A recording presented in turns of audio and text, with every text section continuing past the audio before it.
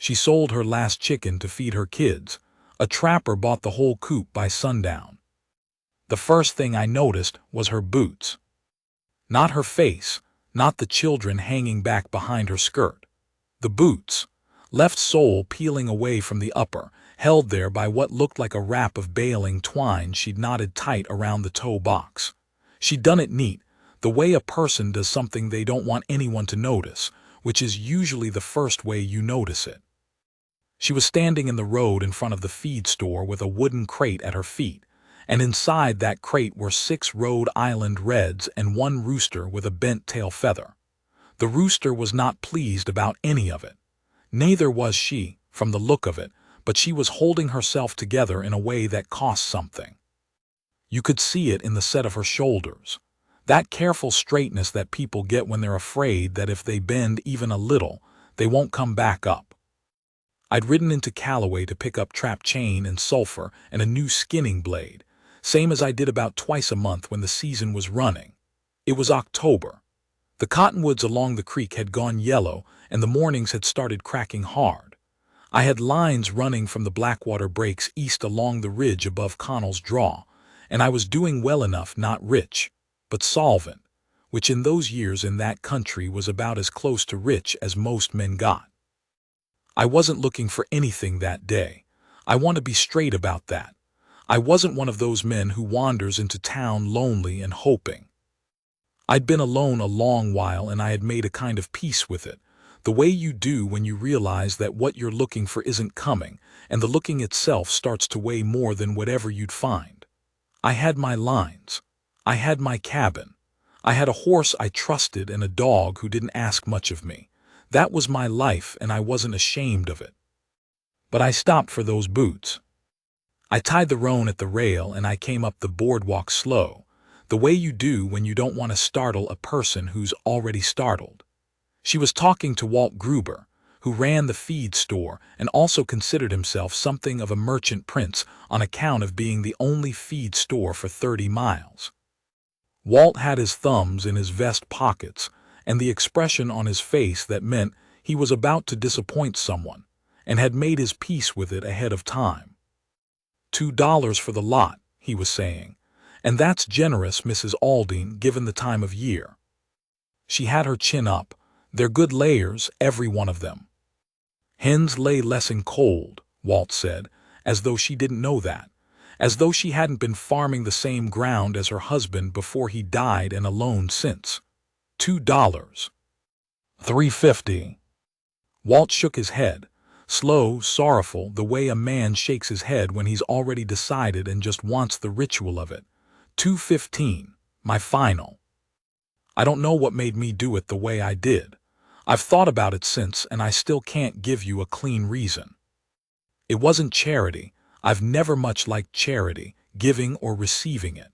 It wasn't that I found her handsome and wanted her attention, though I won't pretend I didn't see what I saw. It was something else.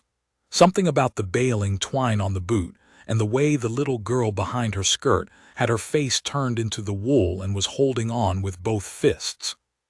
Something about a woman standing in October trying to get a fair price for her last birds and not getting it and needing to stay upright while she didn't get it.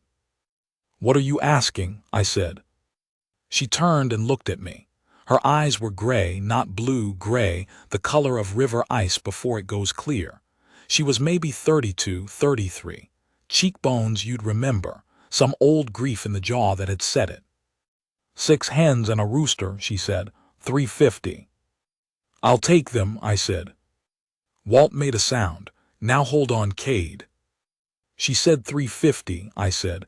I was looking at her when I said it, not him. I've got it. I paid her right there on the boardwalk. $3.50 from the folded money in my coat pocket. She took it, and she didn't say thank you right away, just looked at the bills in her hand for a second like she was making sure they were real, and then she folded them and put them away somewhere in her coat, and she said, "Thank you, Mr. Cade Prout," I said. "Mr. Prout," a nod straight as a fence post. "I'm Margaret Aldine. These are my children, Ellis and Nan." The boy was 8, maybe 9. Serious-faced, too serious for his age, The way boys get when a man leaves or dies and they think they've got to fill something. The girl was younger. She turned back around from the skirt and was looking at me with those flat, assessing eyes that little children have, the kind that cut right through you. I picked up the crate. The rooster objected I didn't. "Where's your wagon?" I asked. "End of the block," she said, "but you don't have to." "I'm going that direction anyway." I wasn't. I was going the other direction, but I carried the crate down to her wagon, which was a buckboard with a wheel that needed the iron reset and a mare who'd seen better years, and I loaded the crate in the back. The boy watched me do it with that serious face. The girl had hold of her mother's hand. "We're just down the Connell Road," the woman said. It wasn't an invitation. It was just information, the way practical people talk. She was situating me in the geography, telling me where I'd just bought 6 hens from. "I know the Connell Road," I said. "Runs past the Aldine place on the east side of the creek." She looked at me different then, not suspicious, recalibrating, more like working out what she knew. "You run trap lines up on the ridge," she said. "Yes, ma'am." Something shifted in her face, the smallest fraction. "My husband used to see your smoke some mornings from the high pasture." She said it plain. No sentiment in it, just the fact of a man she'd loved seeing a thing. "I'm sorry about your husband," I said. She looked down the street. It's been 2 years, which meant she'd had time to stop being sorry about it herself and was just living in the fact of it. "Thank you for the fair price, Mr. Prout." She climbed up on the buckboard, helped the little girl up, and the boy swung himself up on his on the way boys do when they're proving something. She clucked at the mare and they went. I stood there in the road a minute. Then I went and got my trap chain and my sulfur and my skinning blade, and I rode home. That should have been the end of it. I put the crate in the shed and figured I'd build a proper coop before the cold came in hard. I wasn't really a chicken man, didn't have the patience for it. But 6 good layers would give me eggs through the winter, and the rooster, I'd been ignoring a fox problem, and a rooster has his uses. I called the rooster captain because of the bent feather, which gave him a rakish look he hadn't earned. The next week I was running the ridge line, checking sets, and I came down the back of the slope on the east side and through the timber and out along the fence line that marked the north edge of the Aldine property. It was just chance. I'd come down that way 100 times. The timber was easier on that slope, and it brought me out near the creek where the roan could drink. But I pulled up at the fence because of what I saw. There was a section of it down. About 30 yards of wire on the ground, posts leaning or fallen, and on the other side of that downed wire were 6 or 8 head of cattle, not Aldine cattle. They weren't branded that way, standing in the Aldine pasture, working it over. The grass was already gone thin for the year and those cattle were pulling up roots. I sat on that ridge and looked at it. Then I rode down. I fixed the fence myself. Took me most of the afternoon. I had wire pliers in my kit, a trapper always carries them, and I found 2 good posts in the timber that would do, and I cut them and set them and stretched the wire and crimped it. Hard, cold work. My hands were bleeding before I was done from a wire that slipped. I got the cattle out and back over onto what was clearly McGrath land from the Ridge brand, and I fixed the section and I rode on. I didn't knock on the door. There was no call to. Or so I told myself. The second time I saw her was at the Callaway Church social, 3 weeks after the chickens. I don't go to church. Haven't since I was young, and even then it was under duress. But I went to that social because Harlan Pitch had bet me $2 I wouldn't, and I wasn't going to lose $2 to Harlan Pitch on account of principle. She was there with the children. She had a dish of something, dried apple and pastry from the look of it, and she was talking to a woman I didn't know near the table. She had her hair different than the day in town. Pinned up properly, with a few things she'd done to it that I couldn't have described, but that meant she'd taken some care. The boots were the same though, still the baling twine. I got a plate of food and I ended up near the table and she saw me and gave me the same nod she'd given me on the boardwalk. Straight and formal. Mr. Prude. Mrs. Aldine. The chickens suit you. The hens do, I said. The rooster's a bastard. She pressed her lips together in a way that might have been a smile if she'd let it go further. He always was. My husband named him Marshall. I called him Captain. That explains why he doesn't come when you call. Now that was a smile, small but real. It changed her face, made it younger by 5 years and sadder by 10 at the same time, the way smiling does to people who don't do it often. I collected my $2 from Harlan Pitch, and I went home. I thought about that smile 3 or 4 times over the next week, which I noted and filed away as something I wasn't going to act on.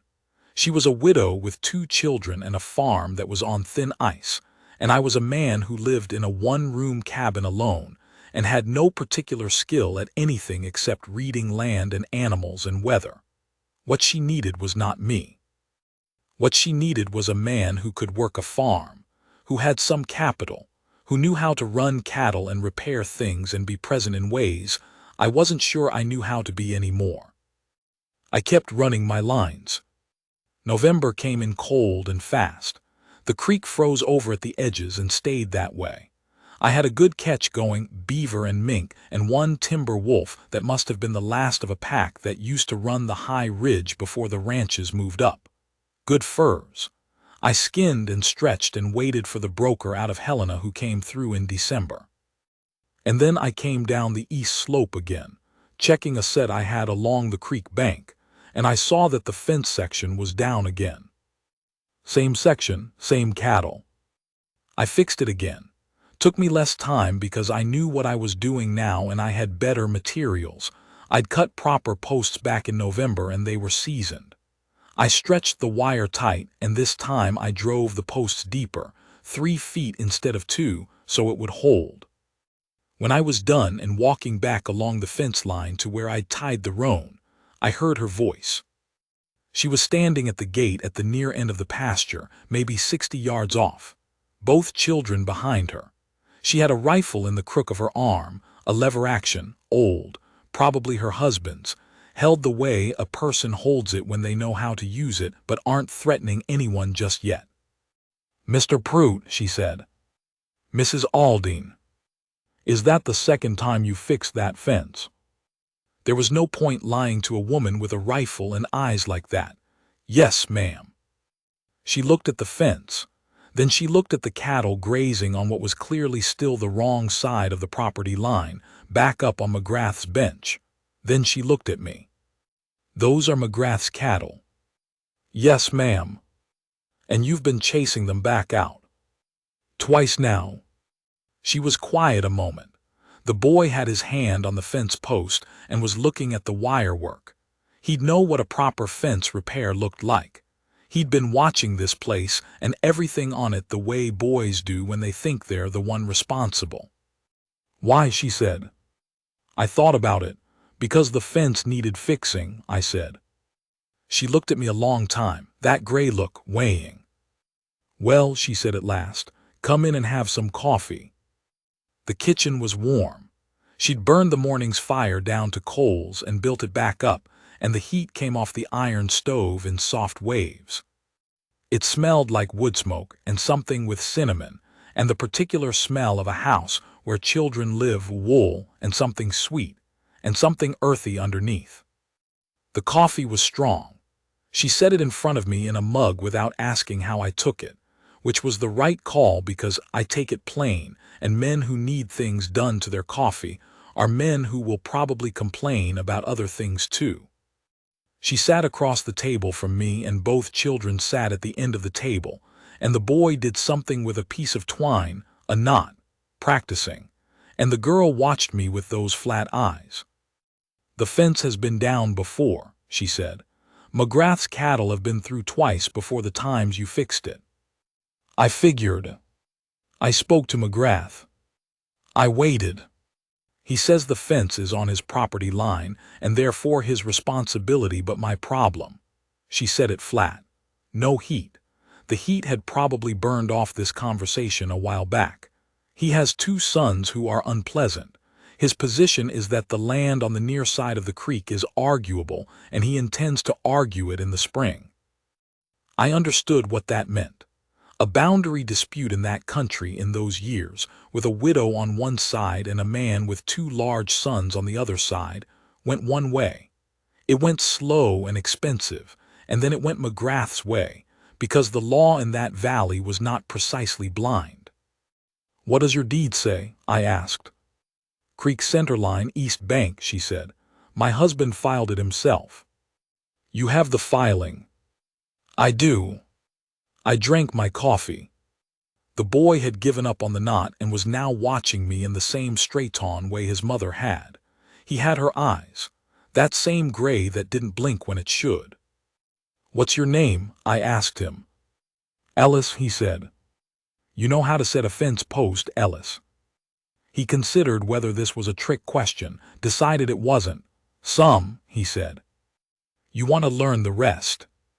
He looked at his mother. She gave him nothing. He looked back at me. "Yes, sir," he said. "All right," I said. I finished the coffee. I stood up and got my coat. "Mr. Pruitt," she said. I stopped. "Why are you doing this?" She wasn't confrontational. It was a real question, the kind a careful person asks when they need to understand the nature of a thing before they accept it. I put my coat on and buttoned the second button, which was loose and needed replacing. "Your husband saw my smoke from the high pasture," I said. "Man sees your smoke, you know he's there. 2 years, you know where a man's cabin is and that he runs his lines honest and pays his accounts. That's not nothing. He's not a stranger." I picked up my hat. "Neither am I." She was quiet. "McGrath's not going to stop," I said. "You know that. And you can't fix that fence every time it comes down and run your place at the same time, not with those 2 and winter coming." "I'm managing," she said. "I know you are." I said it straight. No softness, no condescension, just the fact of it which she'd earned. "I'm not saying you're not. I'm saying you shouldn't have to manage this particular thing alone when somebody's willing to help." I went out. I rode home with the cold coming in around my collar and the roan blowing steam and the dark settling in over the timber. And I thought about what I'd said and whether it was honest and decided it was. And then I thought about whether it was the whole truth and decided it wasn't quite. But that the part I'd left out wasn't something you say to a woman who's been a widow 2 years and is still wearing baling twine on her boot sole. I went back the next Saturday. I took 3 things: a coil of good wire, 2 extra posts I'd cut in the timber, and a pound of coffee. I left the coffee on the step because that felt like less of a statement than handing it to her directly. She came out when she heard the roan, and she saw the coffee, and she picked it up and turned it over in her hands and put it under her arm without saying anything. The boy was ready. He'd put on his heavy coat and his good gloves, and he was standing by the barn with the look of a person who's been waiting and doesn't want you to know it. We worked all morning. He was a good worker. Quick, didn't complain, watched what I did once and then did it himself the second time. He drove posts straighter than boys twice his age. I told him so, and he nodded like it was what he'd expected to hear, which was the right response, not false modesty, not showing off, just a boy who knew what he was capable of and was glad someone else had noticed. We fixed the section where it had been coming down, and then I walked the whole west line and marked 3 other places that were going soft. Staples pulling, old wire stretching, posts that had heaved in the frost. We got 2 of them done before noon. The girl brought us food at mid-morning, bread with something on it, butter or lard, and 2 apples. She set it down on the fence post like she was leaving it for animals and then stood back. I thanked her. She considered this for a moment and then decided it was acceptable. We ate standing up the way workers eat. "Ellis," I said, "you know who owns that bench up there?" I nodded toward the high ground above the west fence. "McGrath," he said, no expression. "You know what he says about this fence line?" "Ma told me." He bit his apple. "He's lying." Most likely. Pa knew where the line was. He said it without drama, just information. He showed me once, said someday it'd matter so I should know where to look. I looked at him, you remember. Creek rock with an X cut in it, big one flat on top, about a foot below the water line where the creek bends. He wiped his mouth on his sleeve. You can see it in late summer when the water drops. Pa said the surveyor put it there in '71, and there's a corresponding mark on the east bank. 2 marks, 1 line. I thought about that. A survey mark at the creek bend. In the county records, if it was a government survey, that mark would be in the original filing. If McGrath didn't know about it, or hope she didn't, that changed things considerably. You told your mother this? Yes, sir. She know what it means. He gave me a look that said he thought his mother probably understood quite a lot more than most people gave her credit for. I took the point. Afternoon, she came out with more coffee and the girl trailing behind her, and she and I stood at the fence line while Ellis showed her the repair work and described what we'd done like a small foreman reporting to the actual boss, which he was, more or less. She listened to him carefully. She always did. I noticed that about her. She listened to her children the way most people listen to other adults, which is to say fully, without deciding ahead of time what they were going to say. When he was done, she asked him 2 questions about the post depth and seemed satisfied with the answers. Then she looked at me. He told you about the survey mark? He did. I wrote to the county land office in August, she said. They have the original survey on file. I asked them to send a copy. Did they? Not yet, they said 8 weeks. It's been 10. Write again, I said. Certified with the date of the first letter and a request that they confirm receipt. Reference the parcel number from your deed. She looked at me for a moment. You know something about county filings. I know enough. My father had lost land to a bad survey. I'd spent a winter going through records trying to undo it and learned more than I'd wanted to about how these things worked. You want me to write the letter? I can write my own letters, Mr. Prout. I know you can, I said, same as I'd said before, not backing down from it. I meant whether you'd like help with the specific language. A beat, yes, she said, that would be useful. December came. The broker out of Helena came through on the 12th, and I got good money for the furs. Better than the year before. Beaver prices had come back up some. I paid my accounts in Callaway, restocked what I needed, and on the way out of town, I stopped at Gruber's and bought a bag of laying mash and had it loaded on the pack mule without a particular plan in mind. I left it at the Aldine gate with a note that said, "For the hens. CP." 3 days later, when I was coming back from checking the upper sets, there was something hung on the fence post at the edge of the timber above the east pasture. I almost rode past it. A cloth bundle, tied with kitchen twine. I pulled up and unwrapped it. Dried apple slices, maybe a dozen, strung on a thread. A thing a person makes in summer and puts away for winter. She'd been putting them away for her own use, and she'd taken some out. I ate 2 right there on the horse and tied the rest to my saddle. That was the beginning of a kind of conversation that neither of us was having out loud. Christmas was the thing that changed it. I hadn't intended to go. I wasn't a man who went to things. But on the 24th, I was coming down off the ridge after checking the last set of the season. I'd pulled most of the traps in for the cold, just running 3 or 4 now that the creek was solid. And I was passing above the Aldine place, and I could see the light in the window, yellow and warm, and I could smell something from that distance, wood smoke and something sweet. And there were sounds, children's voices, not words, just the pitch and tempo of children who are inside somewhere warm on Christmas Eve. I sat up there on the horse for a while. I didn't go down. But on Christmas morning I rode into Callaway, and I bought the things I'd been thinking about since November. New boot leather. Pre-cut, the right weight for a woman's work boot, enough for a proper sole and a piece to spare. A packet of heavy wax thread and 2 proper needles and a cobbler's awl. I wrapped it in paper from the store, and I rode to the Aldine place and I left it at the door. I was back on my horse when the door opened. She stood in the doorway in her coat thrown over what she'd been wearing, something better than usual. It was Christmas, and she looked at the package and then she looked at me. "Mr. Pruitt," she said. "Mrs. Aldine." She picked up the package, felt the weight of it. She knew what it was before she opened it, I think. She was a practical woman. "You could come in," she said. I tied the roan. The children were in good spirits. The girl had something, a small cloth animal she'd gotten, a rabbit, and she was carrying it with the seriousness of a person who has just acquired a great responsibility.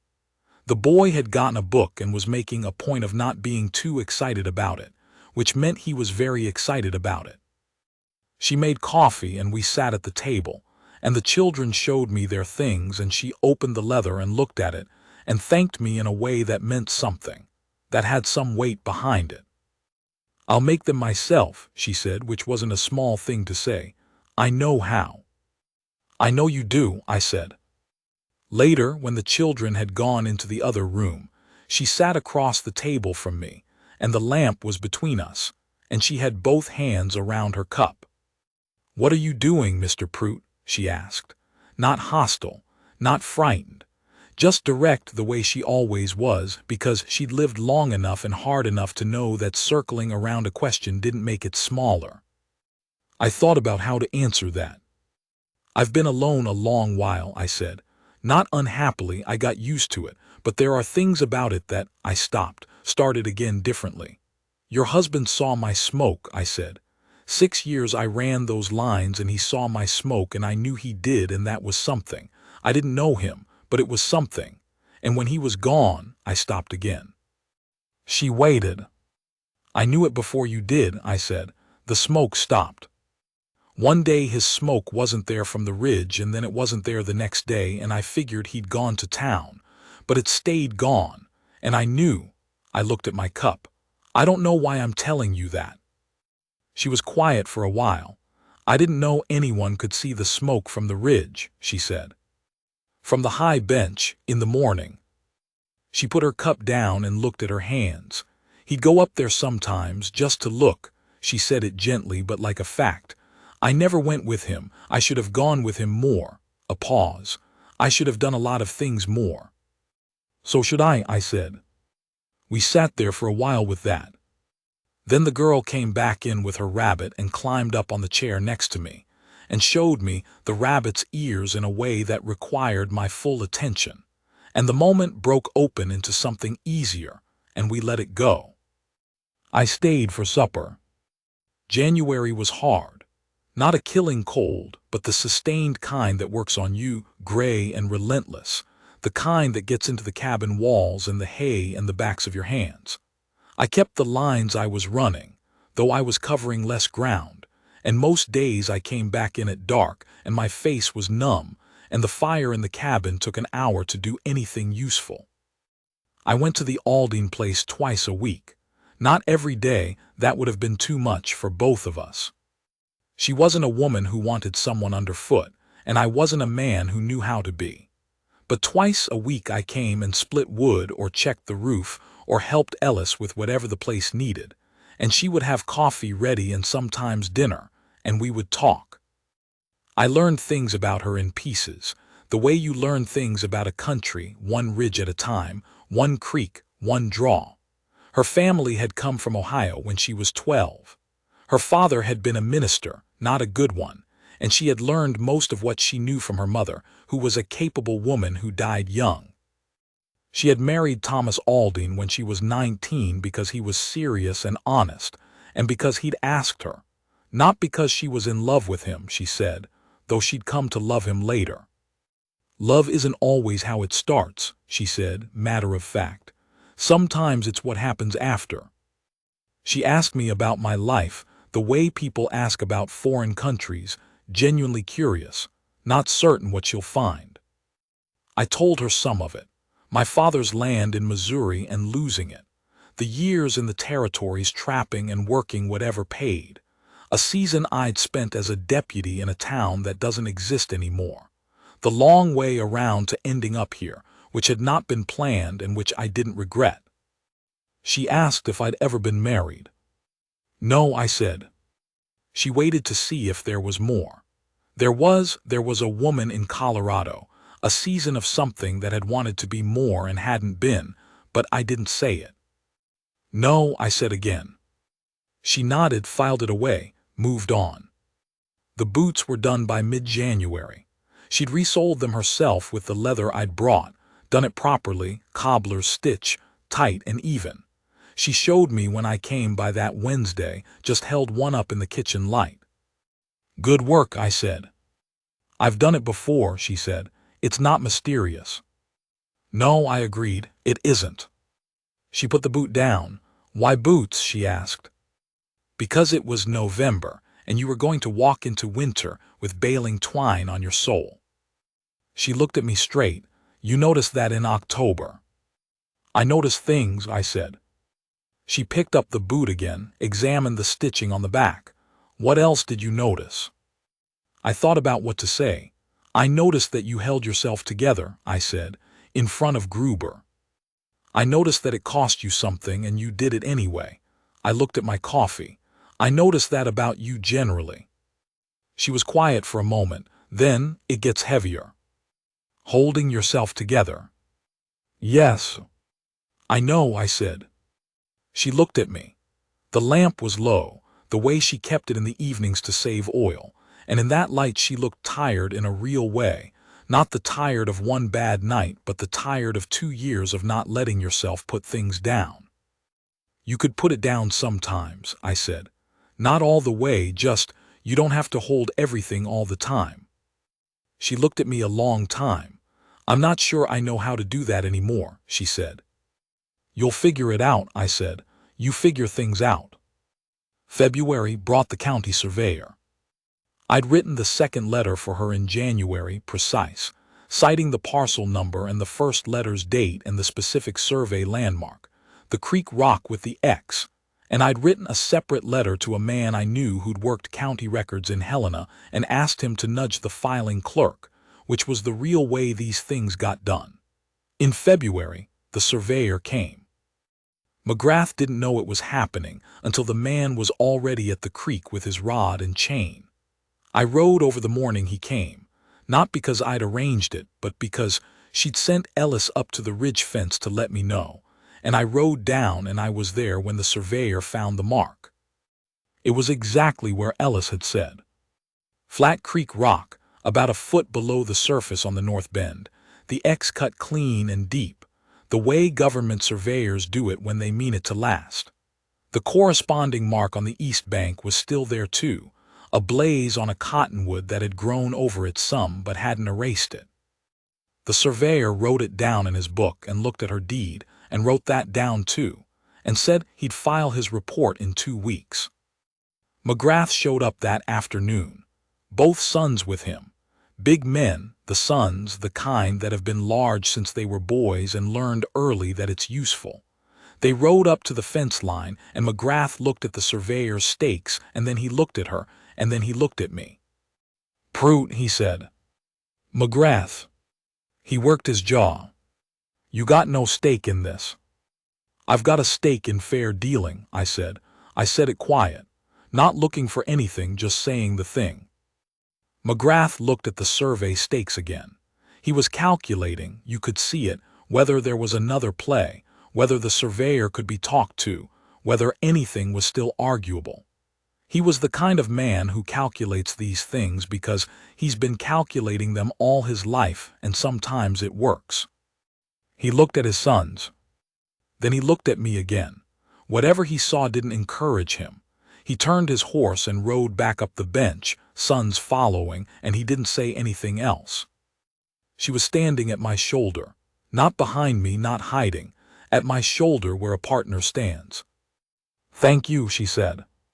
Not the formal thank you she'd given me for the chickens or the coffee, something different, something quieter. Ellis knew where the mark was, I said. Ellis knew because his father showed him. She paused. And because he's a careful boy. She looked up toward the bench where McGrath had gone. He won't stop entirely. Men like that don't. No, I said, but he'll stop this. She nodded once. That's enough for now. March came in like it does in that country, with one warm day that makes you think winter is over, and then a week of hard cold that reminds you it isn't. The creek ran brown with snowmelt up high, but froze again at night, and the mud was everywhere and got into everything. I'd been thinking about something since Christmas. Since before Christmas, if I was honest. And I was trying to be honest, because she was a woman who deserved honesty, and I was a man who'd learned what happens when you're not straight about things. I came on a Thursday. She was in the kitchen when I got there, bread started, flour on her hands. She wiped them on her apron and poured the coffee automatically and set it in front of the chair I always sat in, which by now had become my chair in some functional way that neither of us had said out loud. I sat down. She went back to the bread. She worked it in silence for a minute, the particular rhythm of it, heels of her hands and fold and turn. There's something I want to say, I said. She kept working the bread. All right. I'd thought about how to say it. I'd thought about it a lot, but now that I was here the prepared version seemed wrong, too careful, too shaped, so I said it the plain way. I'd like to stay, I said, permanence, not as a neighbor who comes by, as a man who stays. Her hand slowed but didn't stop. This place needs more than I can do coming over twice a week, I said. Ellis needs, he's doing everything he can and he needs a man working alongside him, not just visiting. And you, I stopped. You shouldn't have to carry this alone. You've been doing it because you've had to, but you don't have to keep doing it that way. She was still. I'm not an easy man to have around, I said. I know that. I've been alone a long time and I've gotten my ways. I'm not promising you something soft, but I'm steady. I do what I say, and I looked at the table. I would be glad to be here. I would consider it a fortunate thing if you'd have me. She turned from the bread. Her hands were still floury and she held them away from her sides, the way you do when you can't touch things. She looked at me with those gray eyes and she looked for a long time. You'd give up the cabin, she said. It wasn't a question, just working out what I was saying. Yes. The trap lines you'd keep. Some, it's income, but closer, shorter runs. I wouldn't be gone more than 2 nights at a time and mostly less. She looked at the bread, then at me. Ellis likes you, she said. He doesn't say it, but he does. He talks about what you tell him. I like him, I said. He's worth liking. Nan is more cautious. She's right to be, I said. She doesn't know me yet. Margaret looked at her floury hands. Then she came to the table and she sat down across from me, which she didn't usually do when she was in the middle of something, and she put her hands flat on the table between us. I'm not the woman I was when Thomas was alive, she said. I'm harder. I've had to be. I know, I said. I don't know if I know how to. I'm not sure I have softness left in the way you might want. I'm not looking for soft, I said. I'm looking for you. She looked at me. Her jaw was set the way it had been on the boardwalk, that careful set, but something under it was different. Something behind the gray eyes that had been closed for 2 years. She reached across the table. Floury, warm hands, and she put one over mine, not soft, not trembling, just steady, the way she did everything, and she held it. You should know, she said, that I've already decided. I decided before you said anything. I was waiting to see if you'd say it. A pause. I was afraid you wouldn't. I looked at her hand on mine. I've been trying to figure out if I should, I said. You should, she said. You definitely should.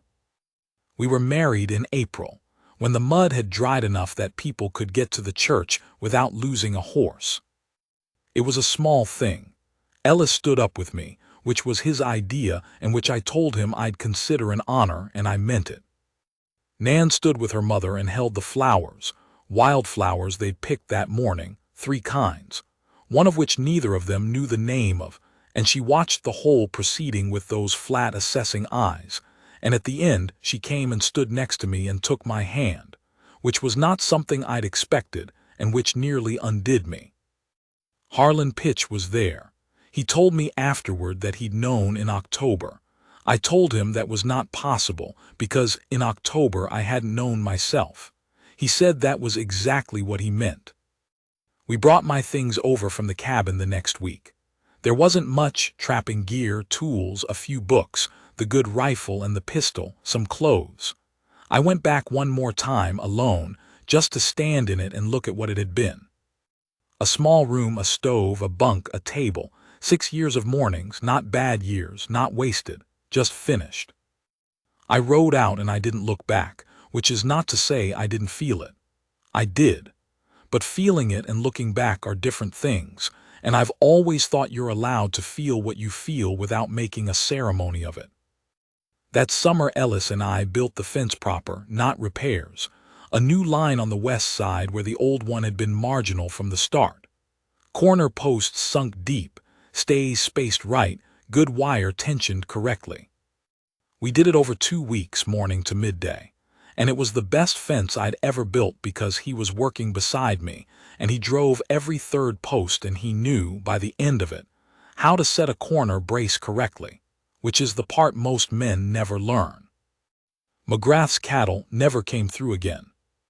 Captain the Rooster, I never changed his name, even though I'd named him wrong before I knew who he was, ruled the coop with the same bent feather arrogance he'd always had. The hens laid well through the summer. Nan took over managing them, which seemed to please both her and Captain in some way I couldn't fully account for. In the evenings, when the light went long and gold and the work was done, Margaret and I would sit on the step sometimes, not talking much. She had her mending or her reading, and I had whatever I had, and we would just sit. One evening in July she put her head against my shoulder, just rested it there, the way you do when you're tired and there's somewhere solid to put it. She didn't say anything, neither did I. I sat very still.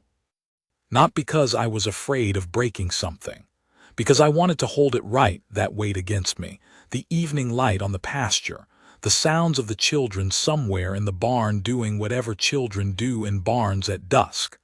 Captain making his noise from the coop, the creek running low and quiet.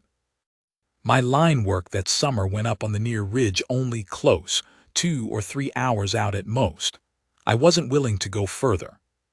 There were mornings I thought about the upper sets, the country above the timber, the clean cold above tree line where a man can see a long way and feel very small and very clear at the same time. Good country. I didn't begrudge it. But here was the thing. In the mornings now, coming out of the barn or up from the creek, I could see the smoke from the kitchen stove rising straight in the still air. Same smoke I'd watched from the ridge for years, first his and then hers and now ours, and I would stand there a minute and look at it. Not much to look at, just smoke, the ordinary kind of stove makes when someone inside is making coffee. I stood there and looked at it every morning. A man needs to know that when he's out working, something is there. Not as a claim, you don't own a person, but as a fact. As a plain, solid fact of the world, like the survey mark cut into the creek rock, precise, permanent, put there by someone who meant it to last. She was in there making coffee. I'd go in a minute. That was enough. That was more than enough.